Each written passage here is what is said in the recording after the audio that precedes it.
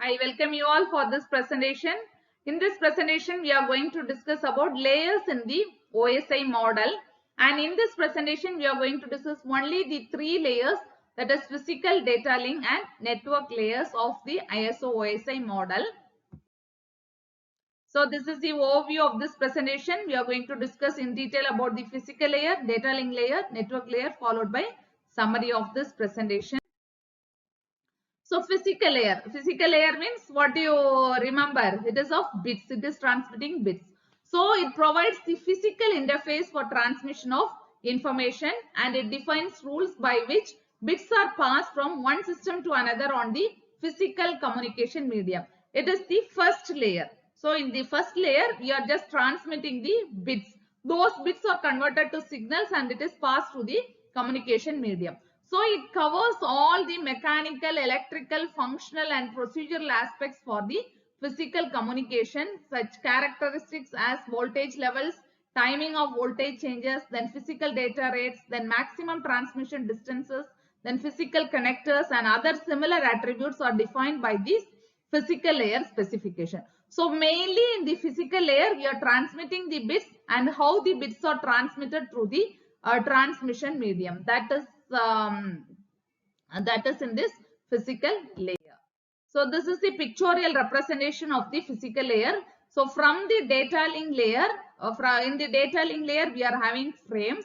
From the data link layer, the data plus the header as well as the trailer information are passed to the physical layer. That is, the data link layer is getting the services of the physical layer. And here in the physical layer, whatever the data, header and trailer received from the data link layer is converted to bits. So ones and zeros are here. So that bits is passed to the transmission medium and this transmission medium just gives this to the receiver's physical layer and it passed to the data link layer. So it is encapsulated and it is converted. Here we are having the encapsulated data in the data link layer that is converted to bits and the bits are passed to the transmission medium and it goes to the sender. Again it is open up and the data link layer taken the data, header as well as trailer and it passes the data upwards. Likewise it goes on. So the physical layer is responsible for movement of individual bits from one hop to the next. Here we already know they are network interface layer. Physical, data link and network are network interface layers. So they work, that is they transmit the bits from one hop, one node to the next, not end to end, one hop to the next. One hop to the next means whatever intermediate nodes are there, each and every place it passes. That is each and every node, whether it is a router or switch or anything, it is just passing the bits.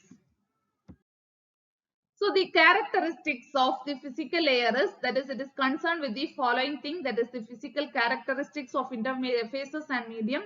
What interface or what is the transmission medium we are using to transmit the data, that is in the physical layer. Then how we are representing the bits, what type of encoding we are using, that is also given. Then the data rate, how many bits are transmitted per second. The data rate or transmission rate is also given. Then the synchronization of bits, because in the sender as well as the receiver there may be some synchronization of the bits. Here it's 0 and there 1 means it is totally wrong. So the synchronization of bits is very important in the physical layer. Then the line configuration, that is whether it is a point to point or multi-point connection, those configuration is also important. Then the physical topology, whether the network is following the mesh topology or the star topology or the line linear bus topology, what topology is followed, that is also mentioned. Then the transmission mode of transmission, fiber optic cable is used, or what is the mode, or the data flow, simplex or half duplex or full duplex, everything is also concerned with this physical layer. So physical layer has to take care of all these physical representations or physical activities must be taken care by the physical layer. So these are the functionalities of the physical layer. Next is the data link layer. This data link layer attempts to provide a reliable communication over the physical layer interface, and it breaks the outgoing data into frames and reassemble the received frames. So we know outgoing data into frames, it breaks the data into frames and reassemble the received frames and create and detect some frame boundaries. It has to identify the frame boundaries and it handles errors by implementing an acknowledgement and retransmission scheme. So only in all the other layers only header is included, but in the data link layer alone trailer is included. So it implements flow control. It supports point to point as well as broadcast communication. It supports simplex, half duplex or full duplex communication also. This is the pictorial representation of data link layer. From the network layer, the network layer is getting the services of this data link layer, and in the data link layer, whatever the data we receive from the network layer, there we are encapsulating the data with the header as well as the trailer, and it forms the frame. That frame is passed to the physical layer. Again, from physical layer it moves on to the transmission medium and it passes to the physical, next to hop physical layer. There the data is extracted, that is from the bits the frame is extracted. From the frame the data is passed to the network layer.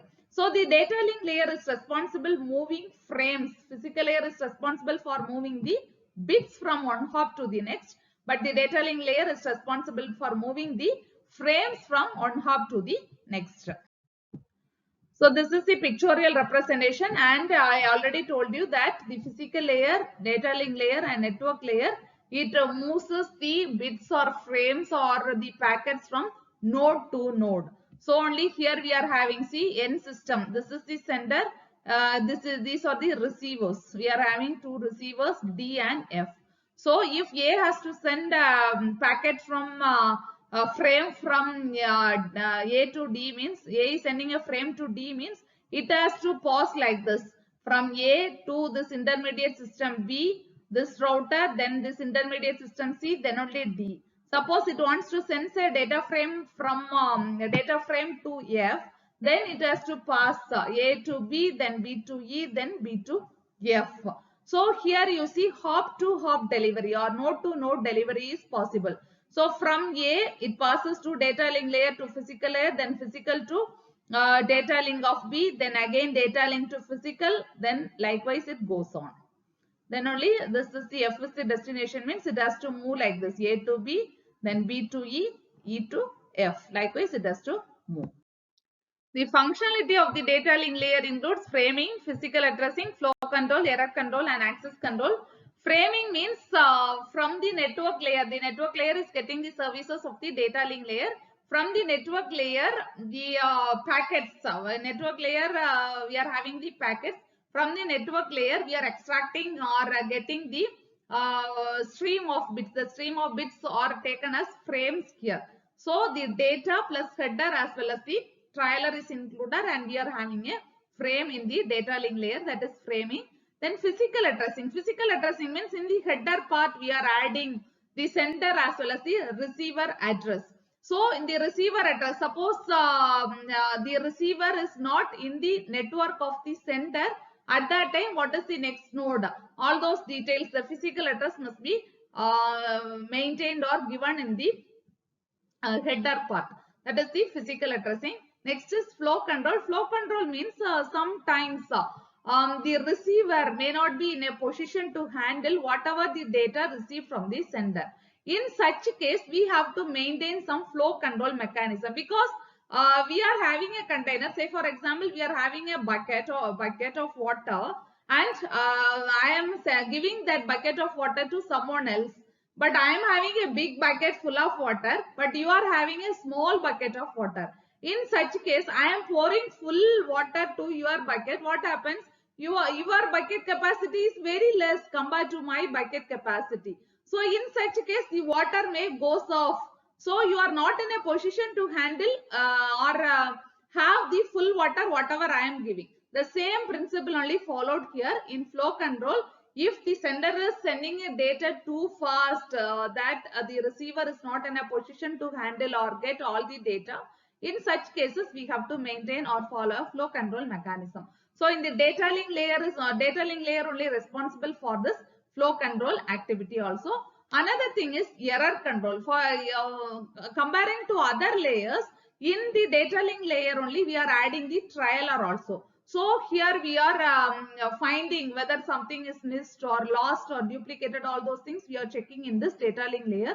So the error control mechanism is provided by means of appending the trialer, that is error control. Next is access control. Access control means suppose more than one devices are connected to the same link.